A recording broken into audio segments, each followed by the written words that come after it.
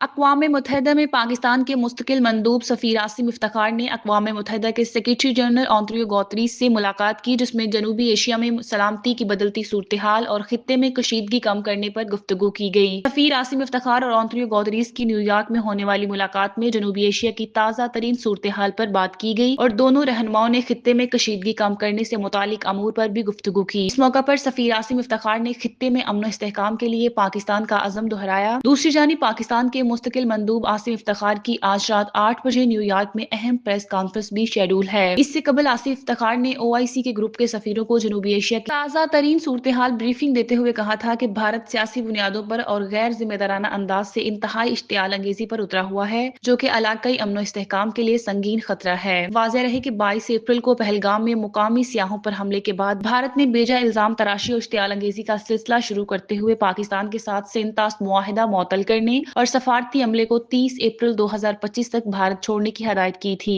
इसके अलावा भी मोदी सरकार ने पाकिस्तान के हवाले से कई जारहाना फैसले किए, जिसमें पाकिस्तानियों के वीजों की मनसूखी भी शामिल है। भारतीय इश्तियाल अंगेजी के खिलाफ मुनक्किदा कौमी सलामती कमेटी के इजलास के बाद पाकिस्तान ने शिमला समेत तमाम दो तरफा मुआहदों की मुअत्तली का अंदिया देते हुए भारत के लिए फजाई हदूद, सरहदी आमदोरफ्त और हर किस्म की तजारत बंद करने का ऐलान किया था।